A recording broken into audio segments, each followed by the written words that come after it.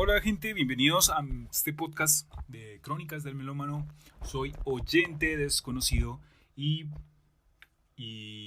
bueno, no sé si debo presentarme, aunque pues creo que lo haré en cada entrada, en cada capítulo, en cada episodio lo haré. Sin embargo, para este primer episodio, que a la vez es la introducción al intro, considero hacer una presentación mía más extensa para precisamente esto, explicar un poco más la intención de este podcast.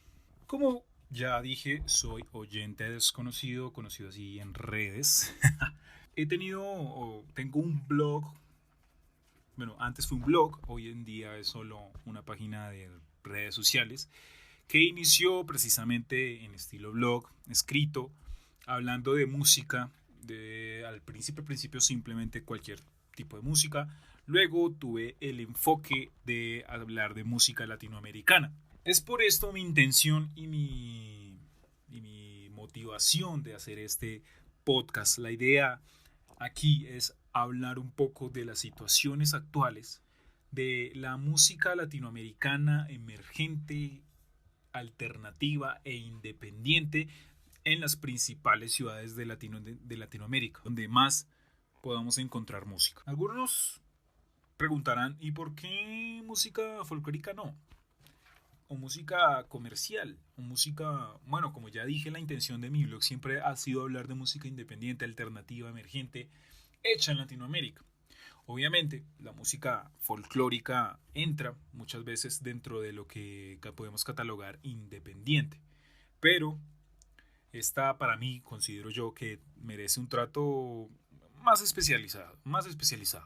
Sin embargo, cuando sea necesario mencionaré grupos de música folclórica y tropical y tradicional, cuando sea necesario, y lo haré con respeto, lo haré con la máxima investigación posible. Sin embargo, repito, y qué pena repetir tanto, la intención aquí es hablar principalmente de lo que podamos entender como música emergente, alternativa, latina e independiente, hecha en Latinoamérica, valga la redundancia. Y bueno, vamos a empezar este capítulo con lo que puedo empezar solo, hablando yo solo y hablando desde lo que sé, que es esta ciudad, Bogotá. Pues he vivido toda mi vida aquí y por mi interés en la música, pues me atrevo a decir que sé lo que ha pasado con la música alternativa, independiente y emergente aquí en Bogotá. Para empezar, hay que remontarnos en los años 90, más o menos en esta época es la que considero o muchos consideramos, fue cuando por fin se organizó, entre comillas, organizó la industria musical en Bogotá.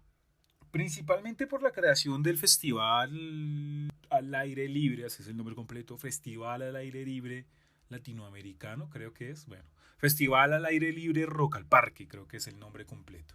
Principalmente por la creación de este festival, pues se logró en los noventas al menos generar las bases de una escena. Pues obviamente ya venían grupos sonando, ya venían grupos creados, ya habían grupos que conocía la gente, pero fue Rock al Parque el evento y el espacio y el lugar que reunió al público y a los grupos que estaban sonando, además de motivar a muchos otros a crecer, a nacer, a existir, mejor dicho. Es así como conocemos y como crecieron y como nacieron grupos como Aterciopelados, 1280 Almas, muy querida aquí en Bogotá, Estados Alterados, La Derecha y varias otras más. Por el lado del rock, pues porque hay que decir que en los noventas primaron, o bueno, reinaron dos géneros, que fue el rock y las vertientes, o más bien, o mejor dicho, lo que consideremos y lo que entendamos por rock, mejor dicho.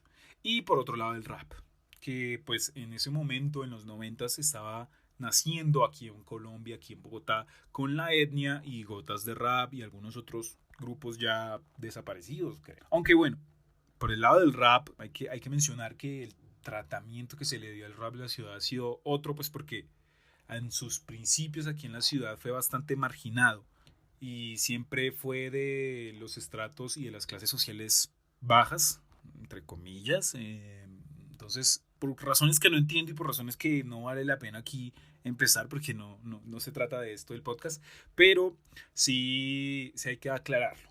Con el crecimiento de estos grupos, con el nacimiento de estos grupos también en Bogotá, con el rock, se crearon algunos pocos espacios como bares sobre todo, en los que empezaron a tocar esos grupos y en los que empezó a haber más o menos un circuito muy cerrado, porque pues casi todo sucedía mucho en el centro de Bogotá. Más adelante, en el mundo, bueno, no, en el mundo no, porque en el mundo la electrónica viene sonando hace mucho, pero en Colombia llegó aproximadamente a finales de los 90 y a inicios de los 2000. Con la llegada de la electrónica y a su vez con los cambios que tuvo el rock aquí en la ciudad, se empezaron a crear otro tipo de cosas. Empezó lo que yo llamo la ola neotropical o la ola de la fusión, encabezados por Sidestepper, que creo yo que fueron los primeros en experimentar con estas músicas, con la electrónica, cumbia y algunos otros géneros tropicales. Incluso creería yo que Más Papaya fue de las primeras canciones en hacer algo como lo que sonó mucho, es decir, cumbia con electrónica. Creo que yo que Más Papaya es de las primeras.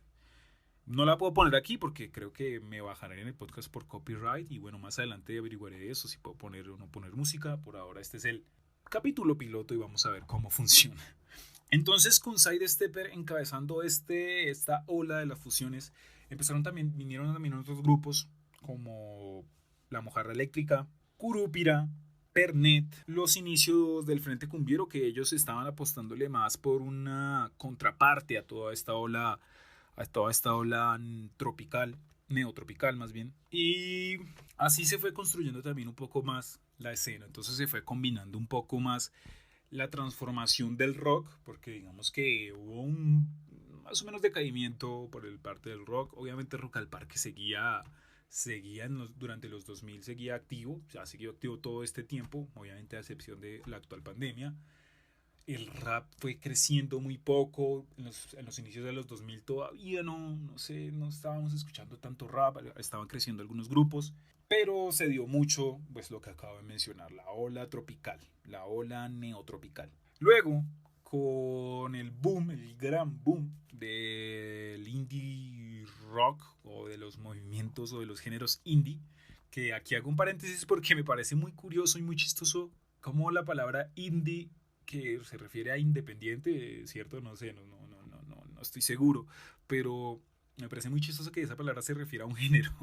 Siempre me ha parecido curioso porque es muy curioso diferenciar un rock al rock indie y pues creo que todos entendemos la diferenciación que más o menos se entiende. Cierro el paréntesis. Entonces llegó este boom globalmente y aquí nació el festival Estéreo Picnic. Esto más o menos es en tipo 2012, si no estoy mal. Y pues la intención del Festival Estéreo Picnic era mostrarnos, traernos estas nuevas bandas globales que estaban sonando mucho en Estados Unidos y parte de Europa. Grupos como The Strokes, MGMT, creo que Tame Impala alcanza a estar ahí, TV on the Radio y bueno, muchas otras. Y pues claro, esta música no solo inspiró y no solo permitió que el Festival Estéreo Picnic naciera en Bogotá, sino que también los grupos y las personas y artistas que podían hacer música durante esa época se inspiraran en estos sonidos. Es decir, ellos también dijeron, este es el sonido que está pegando ahorita, pues vamos a hacer algo parecido. Entonces así también nacieron grupos muy importantes como Diamante Eléctrico, Messier Periné, Esteban, Pedrina y Río, Elsa y el Mar. Obviamente, sí, inspirados en toda esta ola indie y lo que sea, pero ellos también adoptaron sus propios sonidos y pues son lo que son por adaptar muchas cosas, porque uno dice, Messier Periné no suena como un Tame Impala para nada, pero pues obviamente, porque adaptaron muchas cosas, pero esa era la idea y muchos de estos grupos se marcaron por el momento en indie por el momento, ¿sí? Creo que se entiende la idea. Asimismo, entonces el Festival Estéreo Picnic fue creciendo con estos grupos, con la creación de algunos otros, con la transformación del rock a una modernización del rock, digámoslo así, con elementos electrónicos. También me parece importante destacar eso, destacar el sonido, porque el sonido también fue cambiando. Entonces empezó a sonar un poco más electrónico, más sintetizadores, menos solos de batería, menos solos de guitarra. El rap empezó también a sobresalir un poco, pero más en un estado más disimulado, por así decirlo. Empezaron a nacer agrupaciones como Aerofón, Todo Copas, Crack Family, Ali, a.k.a. Mine. Nunca he podido pronunciar ese nombre rápidamente. Bueno, entre otros muchos, así y así. Obviamente también la electrónica seguía, se crearon espacios para la electrónica. Festival Rock al Parque empezó a abrir nuevos espacios para estos nuevos sonidos con muchos detractores que se ofendieron y puristas que creen que el rock es solo rock y solo guitarra y estridencia. Entonces mucha gente se ofendió, bueno, etcétera. Pero el Rock al Parque también vio esto y también empezó a adoptar estos sonidos y a aceptarlos en su festival, cosa muy importante. Así, por todo esto que iba pasando, Stereo Picnic, Rock al Parque, el indie, el más o menos crecimiento del rap, la electrónica, la fusión, creo yo que llegó un momento, no específico, pero durante 2013, 2014, 2015, yo lo llamo el gran híbrido de la música bogotana o de la música hecha en Bogotá, pues hay de todo, o hubo un momento que hubo de todo. De pronto no tanto rap, de pronto todavía no era tan fuerte en Bogotá, pero sí empezó a haber de todo, lo que acabo de mencionar. Rock, electrónica, jazz, incluso por un lado un poco, fusión, mucha fusión, sonidos muy poperos, etc. Y pues también por esto nacen nuevos grupos, ¿no? Nuevos grupos importantes. Los Petit Felas, por un lado, que pues han marcado un gran público. En Harden sale el gran rapero y muy apreciado aquí en Bogotá, en Harden. Sale un grupo Electric Mixtapes, que sale como dúo. Empieza a salir, bueno, sale Balancer, que es un grupo de donde sale la Minus. Sale Nanu, que es el último Esquimal, entre otros. Con esta unión, digamos que empieza a verse, que los grupos empiezan a trabajar entre sí incluso, que los festivales permiten muchos géneros, que realmente nos cambia la visión de esta segmentación de los géneros, que rap solo los otros raperos, los rockeros solo los rockeros, empieza a borrarse todo eso, entonces también la ciudad empieza a moverse así. Se empiezan a crear pequeños festivales y aquí hay que hablar un poco de la localización porque pues todo empieza a generarse, a trasladarse un poco más en el barrio Chapinero, que es más o menos cerca al centro, pero es más hacia, bueno, hacia no sé dónde.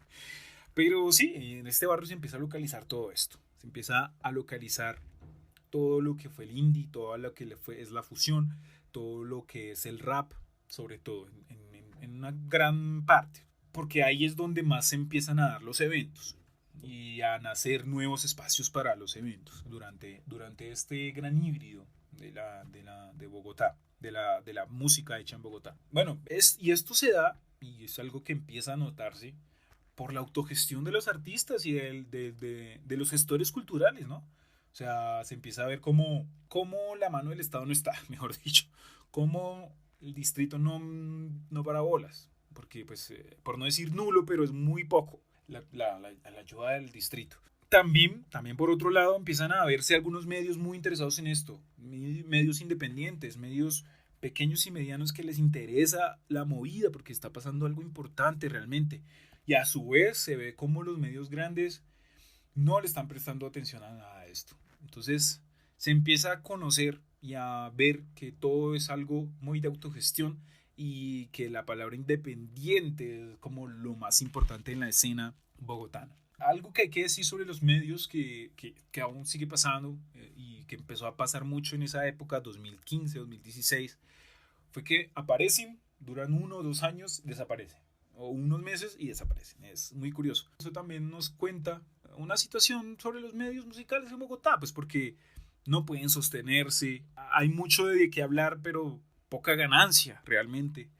Y pues por eso sucede eso. Pero bueno, también tendrán muchos otros problemas. Igualmente también pasa con los venues, con los bares y con los lugares donde se pueden hacer festivales. Aparecen, desaparecen, han aparecido, desaparecido. Sobre todo durante esta época, 2015, 2016, 2018, pasó mucho. Pero eso sí, gran música. O sea, lo que más destaca desde esa época es la buena música, porque han salido buenos discos, grandes discos muy importantes que han marcado no solo generaciones, sino buen público en Bogotá. Aunque por otro lado, la creación de público también es otro tema muy complicado y que ha sido arduo de lograr. Para mencionar, durante esta época también salen grupos como, bueno, o grupos no, más bien digamos artistas, porque pues no son solo grupos, como Juan Pablo Vega, El Calvo, Árbol de Ojos, por el lado del rock, El Ombligo y todo este crew de jazz con fusión tropical que es el Frente Cumbiero, Meridian Brothers, Los Pirañas, varios grupos de punk, un grupo muy interesante que quiero hacer un hincapié porque me gusta mucho, Bestiario, pero bueno, ellos salen un poco más en el 2016, 17, pero bueno, estoy precisamente hablando de esa época, ¿no? Y varios otros más. Creo yo que hasta 2019 se empezó a dar todo esto que llamo el híbrido musical. Hubo una unión que sucedió más en el 2017, 2018, 2019 con los grupos de Medellín. Estaban viniendo mucho acá, nosotros en Bogotá los estábamos escuchando mucho, tenían y tienen muy buen público acá. Bogotá, habían intercambios, Rock al Parque también traía grupos de acá, de Medellín acá a Bogotá, a su festival. Festival de Picnic también alcanzó a hacerlo. Entonces empezó a abrirse un poco más el circuito, no el circuito, no, empezó a abrirse un poco más, ¿cómo decirlo? El espacio sí, de Bogotá para grupos de otras ciudades, sobre todo Medellín, hay que admitirlo. El circuito no creció, hablando del circuito, el circuito no creció, nunca ha crecido mucho, no ha pasado de Chapinero y del centro. Se ha intentado, pero por cuestiones de transporte y de incluso políticas distritales es muy difícil lograr que el circuito se mueva fuera de Chapinero y de las partes céntricas de la ciudad. Pero bueno, en 2019 yo creo que en 2019 se estaba proyectando todo esto, como estos cambios, estaban agrupándose grupos, estaban agrupándose artistas, como sindicatos, como organizaciones, pues viendo que trabajan solos y viendo que hacen autogestión, se estaban empezando a organizar más o menos en 2018, 2019, para precisamente, yo creo que esto era lo que iba a suceder, proponer y proyectar muchas cosas en 2020 sobre el circuito, sobre derechos de la música en vivo, sobre organización de la música en vivo, lugares, espacios, cuántos grupos, cuánto te voy a pagar, cuánto voy a cobrar, cuánto me debes pagar, qué instrumentos debo, o bueno, qué equipos debes tener tú, qué equipos debo poner yo. Eh, También otros problemas que acarrea en cualquier escena, abusos en la escena, personas abusivas, abusos sexuales, abusos físicos, abusos psicológicos, machismo, todo esto como que se estaba empezando a proponer y a trabajar desde 2019. Pero, y yo creo, digo yo, que en 2020 esto era lo que iba a notarse mucho y que iba a trabajarse, sobre todo. O sea, que iba a empezar a desarrollarse todos íbamos a tener que ser parte de esto. Todos los que estamos activos en la música íbamos a tener que trabajar y aportar sobre las problemáticas. Creo que eso era lo más importante que iba a suceder en 2020. Obviamente con música al lado y con grupos y con nuevos eventos, etcétera, obvio. Pero pues lástima, llegó la pandemia, ¿no? Y pues la pandemia cambia todo, nos ha cambiado todo a todos. Entonces yo creo que esos problemas que venían viéndose o visibilizándose en 2018, 2019, se trasladaron un poco, porque pues eran más problemas de escena, de circuito, de eventos en vivo, de cosas que suceden en vivo, cosa que no se habla en la pandemia, por supuesto. Sin embargo, muchos grupos pues lograron salir de la pandemia, trabajar la pandemia. Pero bueno, ya hablando un poco de la pandemia, yo personalmente al principio no podía escuchar música. No sé qué me pasaba. No podía escuchar música, no podía escuchar música por unos 2, 3 meses cuando inició la pandemia porque, no sé, mi cabeza no me daba para nada. Cuando me decidí actualizar, me di cuenta que había muchísimas cosas sucediendo. Muchos discos, mucha música y muchas personas trabajando en internet. TikTok, el boom de TikTok, mucha gente haciendo videos y cosas interactivas y virtuales, ¿no? Muy chévere eso, muy interesante porque pues no, como tal, permite ver que el problema o uno de los problemas no es la creación musical, porque demuestra que los artistas, sea como sea, hacen música y que eso es lo que quieren hacer y que eso es de lo que quieren vivir. Hay un ejemplo muy chévere que salió en pandemia, como a mitad de la pandemia, sí, mitad de la pandemia, como hace un año exactamente más o menos, que es el ejemplo del compilado de Incorrecto, el sello Incorrecto, un sello aquí bogotano muy interesante que tiene muchos artistas muy buenos y que ha trabajado muchos años también en la escena y que pues ha propuesto cosas muy interesantes en la escena. Y precisamente sacó un compilado en cuarentena de artistas que trabajaron en esas canciones que están ahí en el compilado desde sus casas. El compilado, para que lo busquen, se llama Cuarentemas, 31 cañonazos virales. Muy, muy interesante eso porque demuestra lo que acabo de decir, que los artistas quieren hacer música, sea como sea, no, ese no es el problema, porque muchos medios e incluso parte de las secretarías de cultura y de distrito cultural, o sea, de parte del gobierno, creen que es eso, creen que, ay, no hay posibilidades para hacer música, pues está difícil, ¿cómo hacemos? Ese no es el problema, gente. La gente puede hacer música de alguna forma, porque también, aparte de eso, por ejemplo, alguien que ha trabajado mucho en independencia ¿cómo decirlo?